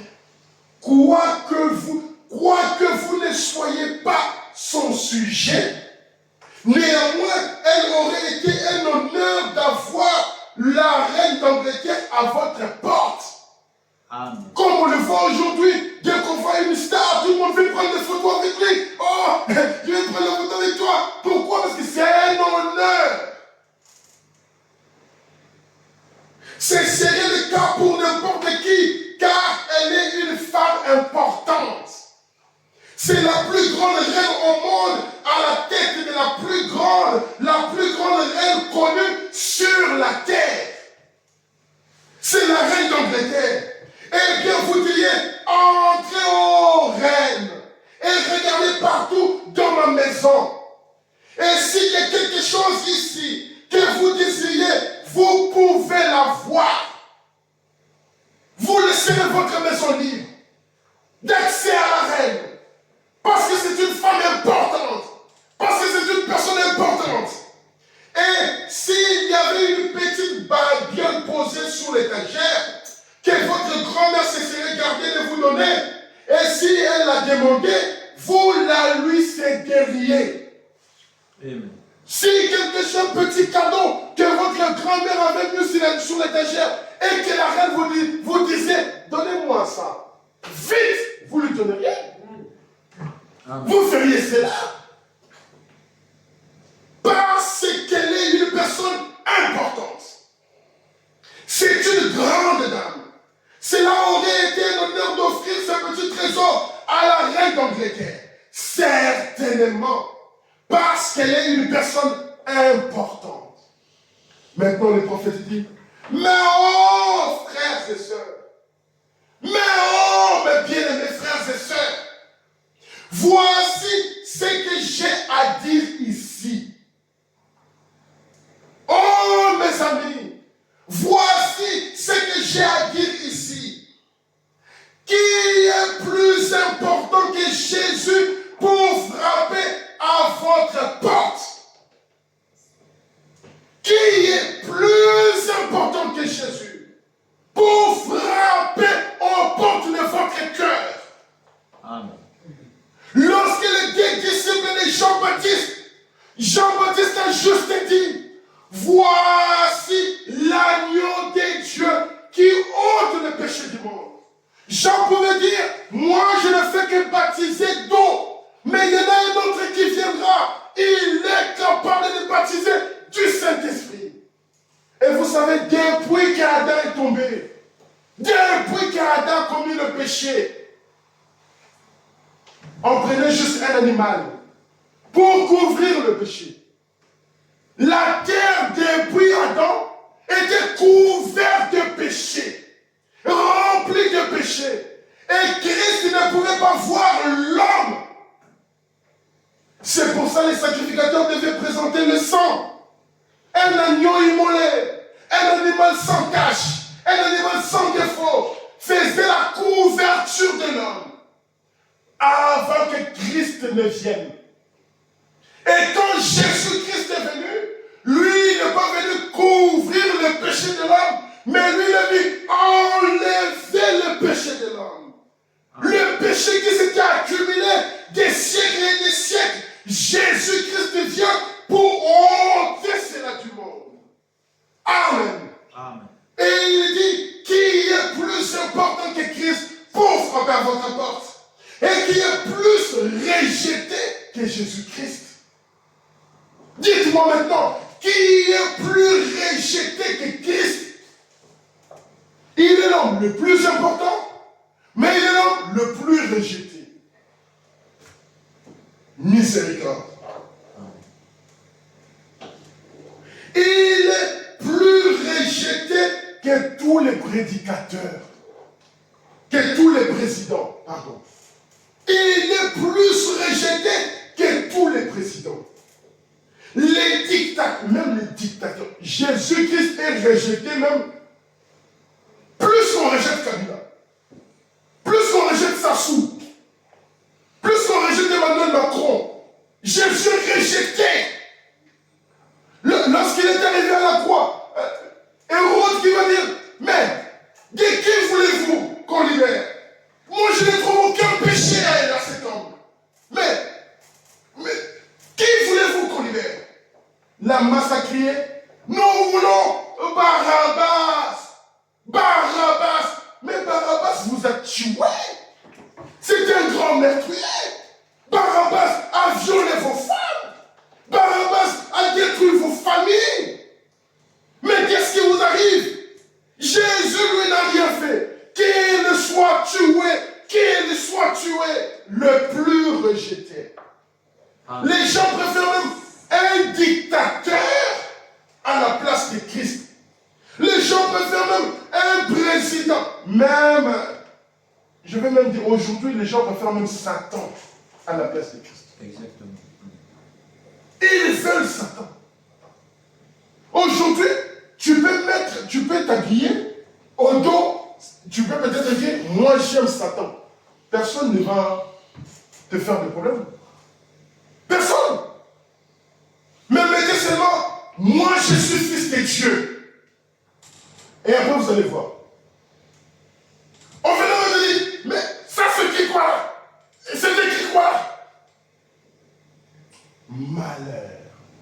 Le monde dans lequel nous vivons.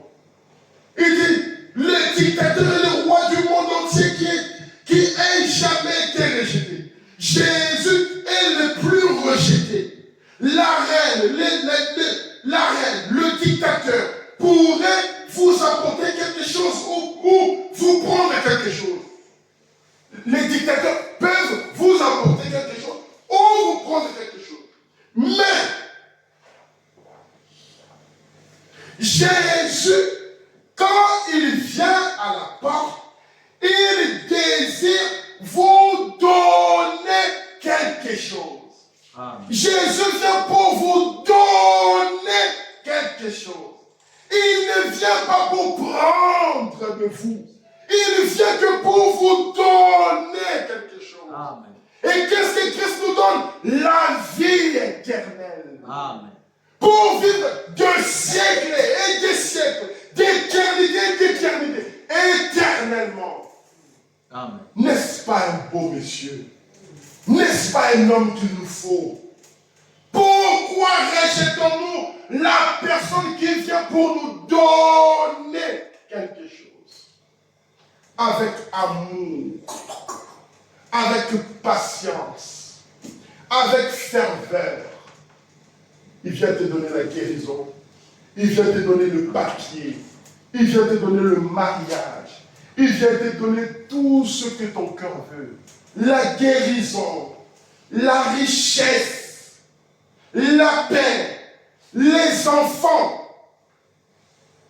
Et surtout qu'il ne te demande rien. Mais tu le rejettes. Oh, c'est terrible. Jésus, quand il vient à la porte, il désire vous donner quelque chose, la meilleure chose que vous pourriez, que vous puissiez jamais recevoir, la vie éternelle. Renvoyez de la porte. Vous le renvoyez de la porte. Oh, c'est une chose tragique. Si seulement un homme ou une femme s'arrêtait pour réfléchir, juste une minute sur le fait que le roi du Seigneur, le roi de la vie, le Fils de Dieu éternel, frappe à la porte du cœur d'un mortel pour lui donner quelque chose de bon. Mais ben, il est rejeté. Le Fils éternel, la source de la vie, il vient à la porte. Il frappe à notre cœur pour nous donner quelque chose. Quoi? La vie éternelle. Et il est rejeté. Mais cette année, en cette nouvelle année, le vœu de mon cœur, oh Dieu, conduis-moi vers ta demeure. Que je puisse demeurer avec toi. Que je puisse voir là où tu habites. Le Fils de l'homme n'a pas un endroit où habiter. Même le renard en quelques détaillères. Mais le Fils de l'homme n'a pas où reposer sa tête. Mais le Fils de l'homme, il a dit, en ces jours-là, vous comprendrez que je demeure dans mon Père et que mon Père demeure en moi. Et moi, demeurer en vous et vous aussi, demeurez en moi. C'est quand? C'est aujourd'hui. C'est à l'ouverture de cette source. Quand cette grande nuée de gloire, quand cette nuée est apparue, Christ qui vient, le prophète nous dit, c'est Apocalypse 10 qui s'accomplit. Amen. C'est Luc 17 et 30 qui s'accomplit. Toutes ces promesses. Joël 2, 28. Dieu qui veut habiter dans un homme. Dieu qui veut demeurer dans un homme. Nous avons vu le jour des l'an, nous nous sommes échangés des vœux. Que Dieu te bénisse. Que cette année puisse être une année prospère. Que ça puisse être une année de bonne santé. Même mon travail, c'est devenu tellement quelque chose de banal. On se voit avec les collègues. Bonne année, hein, bonne santé, hein. C'est fini. Ce n'est même pas sincère. Mais que le vœu de notre cœur, en cette nouvelle année, que chacun puisse réclamer la grâce de Dieu. Père céleste, j'aimerais que tu me conduises. Que je puisse voir où tu demeures. Que Dieu puisse entrer dans mon cœur. Que je puisse marcher avec toi. C'est que le monde dira que cela ne m'intéresse même pas. Si j'étais accro à toutes les choses, à la destruction de ce monde d'aujourd'hui, maintenant j'aimerais marcher avec toi. Oh Dieu, conduis-moi vers ta demeure. Quand Christ est en train de frapper à la porte, le prophète nous dit que Christ, il est la parole. Il est le message. Amen. Il est la parole. Il est le message. Quand on nous dit dans le message comment puis-je vaincre, pour terminer, le prophète nous dit au paragraphe 112, il dit, souvenez-vous, Jésus nous a montré comment faire. Jésus nous a montré comment faire. 40 jours de tentation. Jésus-Christ fut tenté comme jamais un homme peut être tenté. Lors de sa tentation, eh bien, regardez, il nous a montré comment faire. Eh bien, je termine dans quelques minutes. Écoutez, il nous a montré comment faire. Comment a-t-il fait? Par la parole. C'est de cette manière-là qu'il l'a fait. En effet, il était la parole. Jésus a dit, si vous demeurez en moi et que ma parole demeure en vous, vous revenez de nouveau à la parole. Vous revenez de nouveau à la parole. Retournez de nouveau à la parole. Nous avons laissé la parole. Retournons à la parole. Paul dit, à la promesse, à la parole de la promesse. Quelle est la parole de la promesse pour chaque chrétien? Celui qui est en vous est plus grand que celui qui est dans le monde. Amen. Quelle est la promesse pour tout un chacun? C'est que celui qui est en vous est plus grand que celui qui est dans le monde. Comment vais-je donc vaincre? Pas moi. Ce n'est pas moi qui vais vaincre. Mais la parole qui est à moi. Amen. La parole qui est à moi. La parole est Dieu. Je vais donc vaincre les choses du monde grâce à la parole qui est à moi. Amen. Quand Christ est à moi, demeurez à moi comme moi je demeure dans mon Père. Si cette parole est à moi, alors je vais vaincre. Si vous demeurez à moi et que ma parole demeure à vous, alors demandez ce que vous voulez. Continuez à vous frayer un chemin vers le haut. Vous atteindrez le sommet aussi sûr que 2 fois 2 font 4. Amen. Voyez-vous, devez parvenir au sommet. Le prophète nous dit, si nous demeurons dans sa parole, aussi sûr que 2 fois 2 font 4, nous allons atteindre le sommet. Amen. Atteindre la demeure de Dieu pour nous reposer. Amen. Amen. Nous allons nous tenir. Pendant que nous sommes debout, je pensais que nous puissions lire le psaume 71. Amen. Lisons le psaume 71 pendant que nous sommes debout.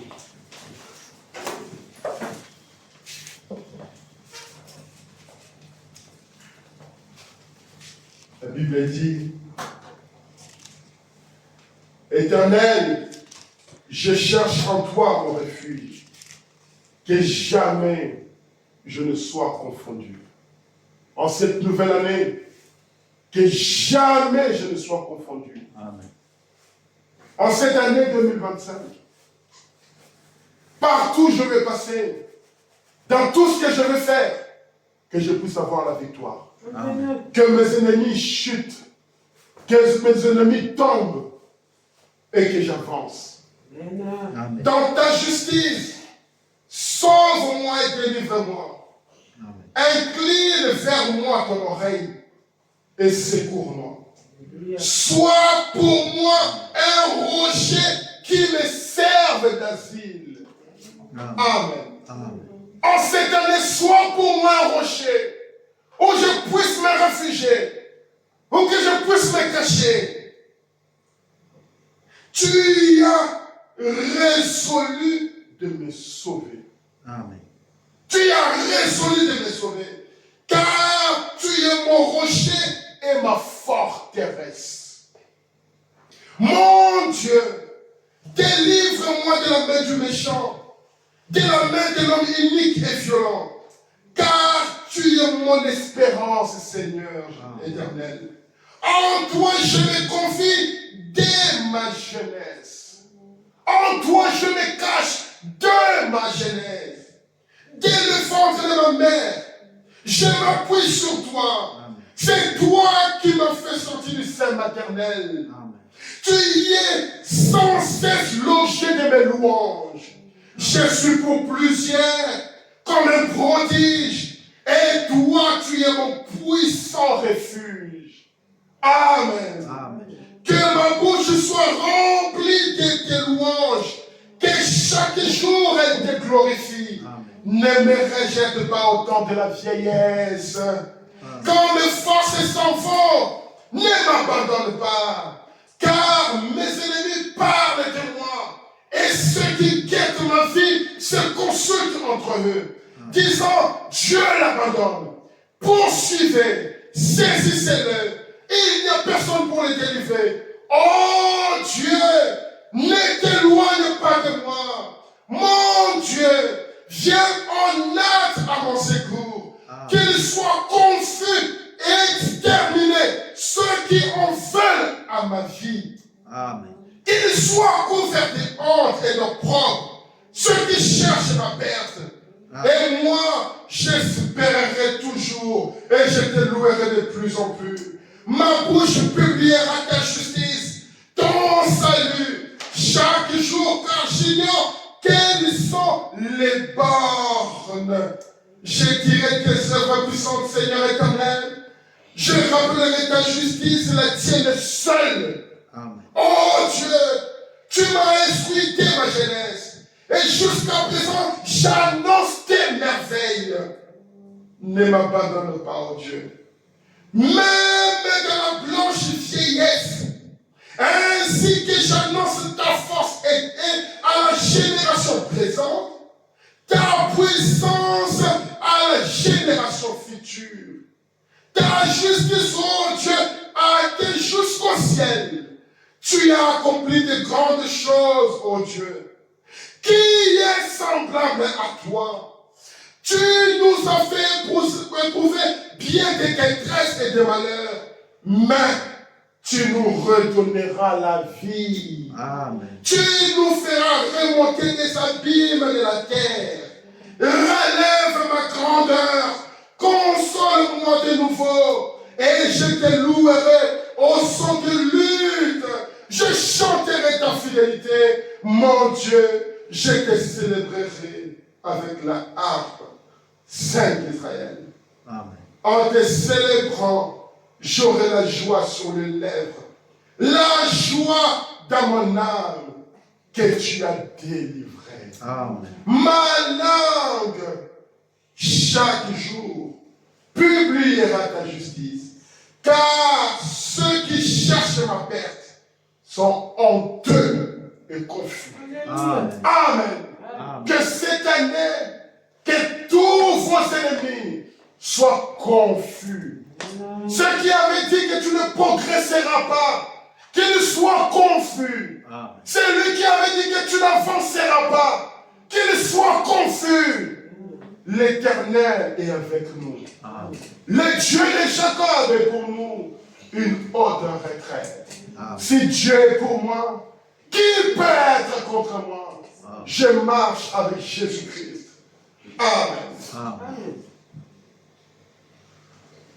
Merci Jésus. Merci Jésus. Merci Jésus. Merci Jésus. Merci Jésus. Merci Jésus. Oh, merci mon Dieu. Merci mon roi, merci Jésus, merci Jésus, merci Jésus, merci Jésus, merci Jésus. Nous te lèvons, nous te lèvons, nous te lèvons, nous te lèvons, nous te lèvons, nous te lèvons, nous te lèvons. Nous t'adorons, nous t'adorons, nous t'adorons, nous t'adorons, nous t'adorons,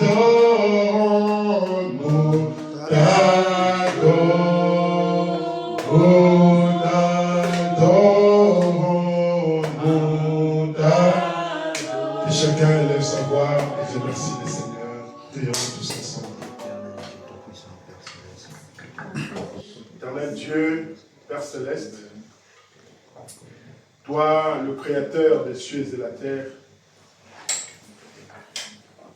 nous venons à toi, notre Père céleste, à la fin de cette réunion, te remercier pour ta grâce et pour ta bonté, et pour les moments que nous avons passés dans ta maison. Ô Père notre Roi, l'année a commencé Et nous nous sommes échangés des vœux les uns les autres. Et nous voulons changer des vœux avec toi.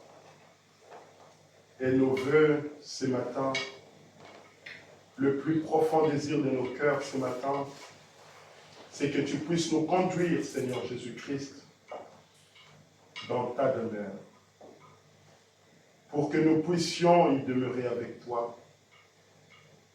Notre Père et notre Dieu, tu demeures dans ta parole. Ton prophète nous dit, que la parole nous dit, que Dieu et sa parole sont une et une seule personne. Tu as dit dans ta parole, demeurez en moi, afin que je puisse demeurer en vous. Et si vous demeurez dans ma parole, demandez ce que vous voulez. Et toi, tu n'as jamais refusé à quelqu'un une chose s'il s'approche selon les principes de ta parole, Seigneur.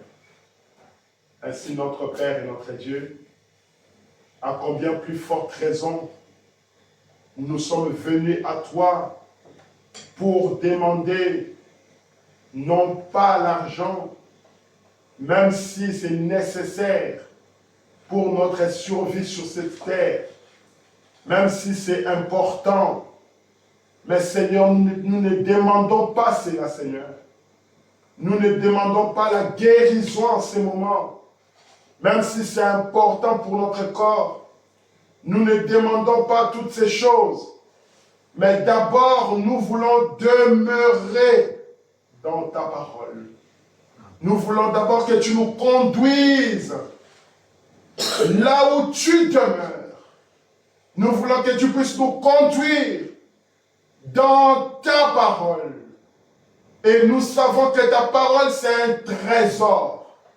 Celui qui trouve la parole de Dieu a trouvé la clé de toutes les bénédictions. Ainsi, Père Céleste, notre roi, lorsque tu as regardé un jour Pierre, tu lui as dit, Pierre, lorsque tu seras converti, affermis tes frères. C'était terrible comme déclaration. Parce que c'était après que tu sois mort et que tu sois ressuscité. Mais avant ta mort, Seigneur, Pierre avait reçu la puissance comme les autres disciples. Pierre avait la parole qu'il allait prêcher partout, Seigneur notre roi. Et il allait dans les maisons et il guérissait les malades. Mais comment ça se fait-il que, malgré tout ce qu'il avait fait, tu puisses encore lui dire, Pierre, quand il sera converti. Oh, Père Céleste, parfois nous courons rapidement derrière les dons. Parfois nous courons rapidement pour prêcher la parole. Parfois nous courons rapidement pour aller chanter. Parfois nous courons rapidement pour aller rendre à Dieu un service. Parfois, c'est même en dehors de la volonté de Dieu. Ta volonté, c'est que nous puissions marcher avec toi. Nous puissions demeurer dans ta parole. Et c'est ça le vœu de moi et de ton peuple ici présent, Seigneur. Que tu puisses nous garder dans ta parole pendant cette année, Seigneur Jésus-Christ. Que nous puissions faire de bons gré pour que nous atteignions le sommet, comme l'a dit ton prophète. Seigneur notre roi, 2 Thessaloniciens nous a dit que tu es fidèle pour nous protéger. Tu es fidèle pour nous affermir, pour nous garder contre les pièges de l'ennemi. Et si nous croyons de ta parole, nous avons accepté ce qu'a dit ta parole. Nous voulons marcher comme ton prophète a dit à ce monsieur. Ce monsieur qui pouvait poser la question, mais qu'est-ce que je dois faire maintenant? Tu nous as dit rien. Rien, nous n'avons rien que nous puissions t'apporter. Nous n'avons rien que nous puissions te donner. Nous n'avons rien, Seigneur. Et quand tu viens frapper à la porte de notre cœur, Ce n'est pas pour recevoir de nous quelque chose, mais c'est pour nous donner quelque chose, Seigneur. Nous voulons, Père bien-aimé, en ces temps si mauvais, en ces temps où nos cœurs se sont affaiblis, par la quantité de péchés que nous voyons tous les jours, par la quantité de mal que nous voyons, nous entendons, nous regardons tous les jours, Seigneur. Cela affaiblit nos cœurs. Cela affaiblit nos âmes. Le téléphone est devenu plus que la télévision pour nous, Seigneur.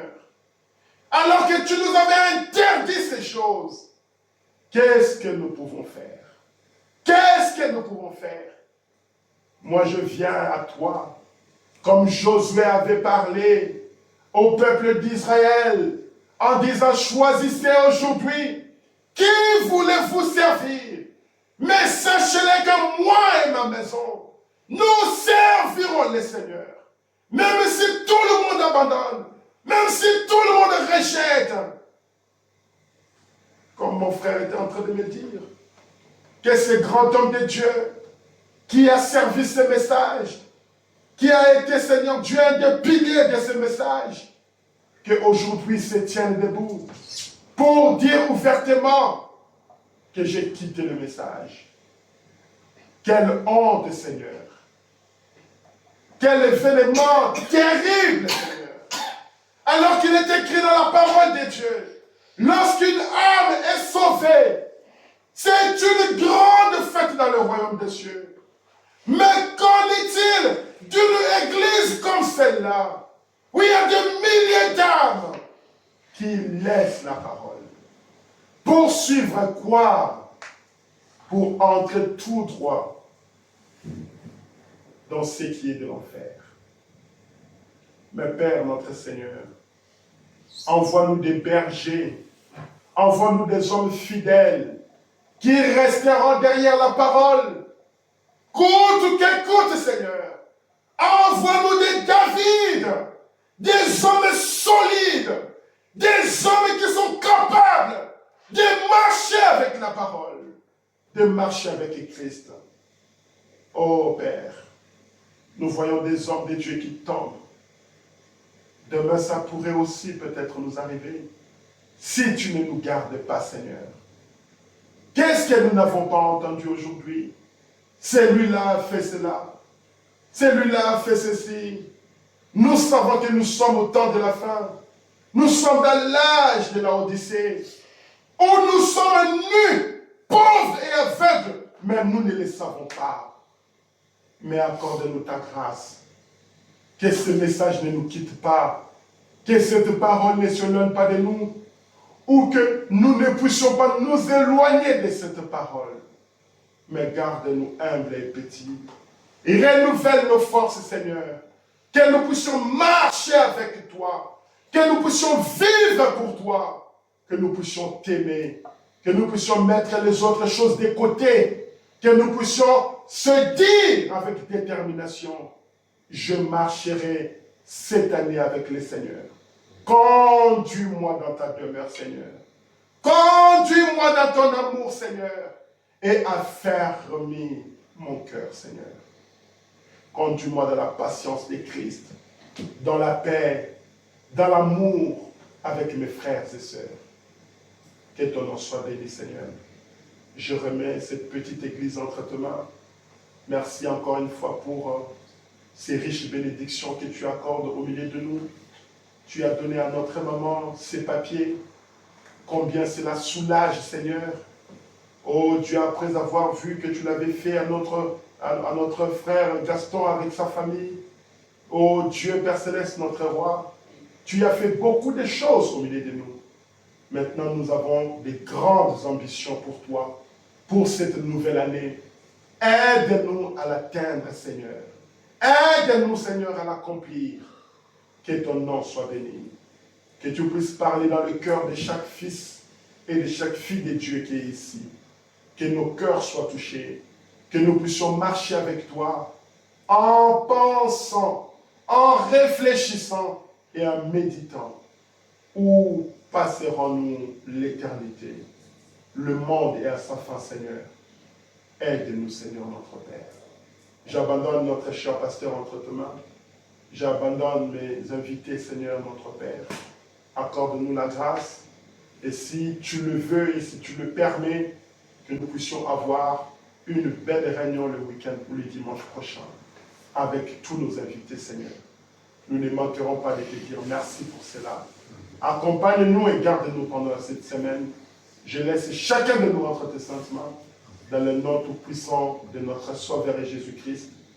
J'ai ainsi prié et demandé, sans oublier mon frère Clédel qui était malade, qui a beaucoup souffert, Seigneur, de cette grippe.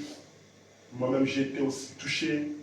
Seigneur Dieu, parmi tes enfants ici, il y en a beaucoup qui ont souffert, les bébés ont souffert, mais toi, tu es Dieu, tu sais nous accorder les meilleures choses. Accorde-nous ta guérison. Nous croyons que nous l'avons déjà reçue, parce que toi, tu l'as déjà fait. Accompagne-nous maintenant, dans le nom tout-puissant de notre Seigneur et Sauveur. J'ai ainsi prié et demandé. Amen. Amen. Amen.